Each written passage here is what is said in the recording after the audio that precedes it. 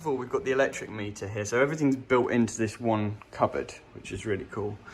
Electric meter, and then this is basically what we would call the main cutout fuse, but they don't have a stupid old-fashioned cartridge fuse to protect their installations. They actually have a 500 milliamp S-type RCD with, it's basically like an RCBO because it's got current protection in as well. And it's variable. So this one has been set to 45 amps, but you can see it's variable from between 15 to 45 amps. So I believe in France you pay based on your consummation. So for example, you'll pay more if you've got an installation rated at 45 amps than you would if it's rated at 15. But the DNO can just adjust your main supply according to what you need, and then you'll pay your tariff accordingly. Let me know in the comments if you know differently.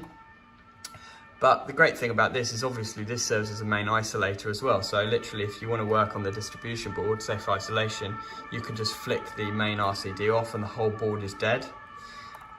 Obviously you've got that extra protection because it's a 500 milliamp RCD S-type, so it's going to trip slower than the RCDs within the consumer unit, which I'll show you in a minute.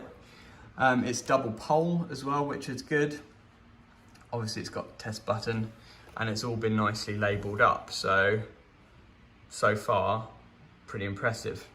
Then the distribution board here, what we've got is a triple RCD distribution board. It's made of plastic, it's a Schneider one, and I must say it looks pretty smart. It's got 4 screws in the corners to take the cover off, just plastic screws. Everything's kind of neatly labelled up. This is a newly renovated apartment, so this kind of shows the standard that probably new electrics are being installed to in France in new apartments. The casing of the distribution board is metal and the wall is metal studs, so they've literally just screwed it into the metal studs either side. And all the cables presumably just come in the back. But the interesting thing about this is the RCDs are different. So you've got, this is the first RCD, and it's a 40 amp, 30 milliamp RCD, but it's a type AC, right? So bear that in mind when we look at the others. Now we've got circuits on this RCD, we've got electric heating throughout the apartment, basically convector heaters. So we've got individual circuits for each convector heater. Then these are the sockets, so we've got 16 amp radials for the sockets. Of course, no ring circuits here in France. Lighting circuits, which are on 10 amp circuit breakers. And then this is a bell. So there is a doorbell at the front, and it's got its own little bell sounder here in the consumer unit, which is just a DIN mounted. It's mains voltage on a 2 amp MCB. So I think that's quite a nice little touch.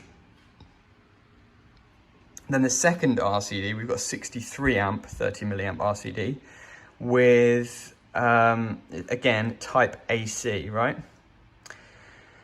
The reason it's 63 amp, I guess, is because it's got more stuff on it. Obviously, this has just got lights and 1 heater and a few sockets, but this one's got 3 heaters on. So you've got 3 20 amp radials here, 2 heaters, 1 for the washing machine.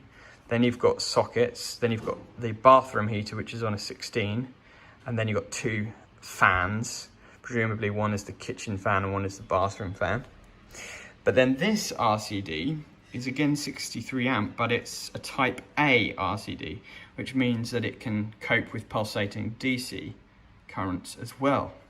Now that is interesting, and I wonder if they've done that on purpose, and maybe all the boards, how they do them is they install one type A RCD and they put any potential sort of loads with higher DC earth leakage current on that RCD. So we've got, for that one, we've got a hob, which is on 32. We've got a 20 amp radial for the oven.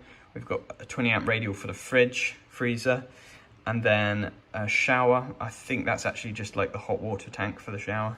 And then we've got sockets.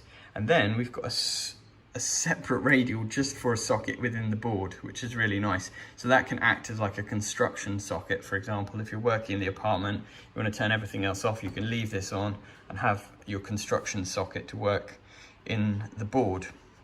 So again, that's a really nice little touch. Another interesting thing to note though is that we've got 3 Ka MCBs. Now in the UK, most of our MCBs are 6 Ka, or for commercial style ones, they're 10 Ka, but here they're only 3. So I don't know what the supply system is here, but presumably they've got fairly high ZE readings for them to be able to cope with 3 Ka MCBs. They're all type C as well, which is interesting. Obviously, usually in the UK, we use type B curve circuit breakers. So that's another interesting difference. And the RCDs have a test button, obviously like normal, but it just says test regularly.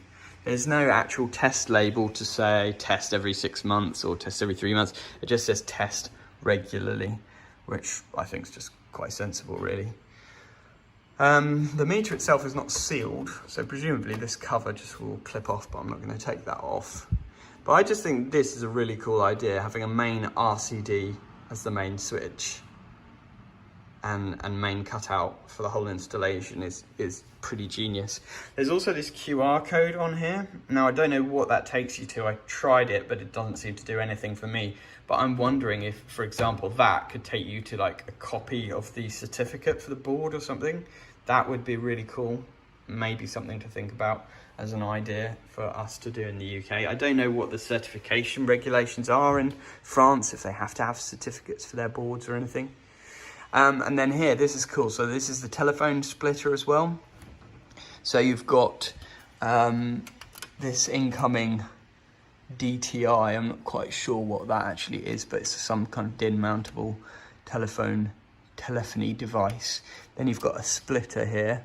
And then this is sort of like a mini patch panel. So you've got your outgoing, they look like, they're just kind of telephone cables, really. They're kind of a little bit different looking to what we use. I mean, they're not been terminated in the nicest way, but it's basically like a little patch panel, so you can patch in your telephone sockets. Then you've got this, which looks like a splitter for TV signal maybe, but obviously that's not in use. And then here, it looks like you've got some kind of main earthing terminal as well, which again is not in use, but it's quite a cool little thing to have. And then here is a flexible conduit. So they tend to run everything in flexible conduit in France. They just run all the flexible conduits into the back boxes, and then you can just pull in new wires when you need to. This is obviously just a spare, but they've used this kind of metal pull wire. It's like a little steel solid pull wire, which is quite cool as well. So overall, I think this is a really nice way of doing things. And it's just so neat, you know, to be able to have your board like that in the entranceway. It doesn't look horrible, it's just there, it blends in, but it's easily accessible, perfect height for electricians to work at.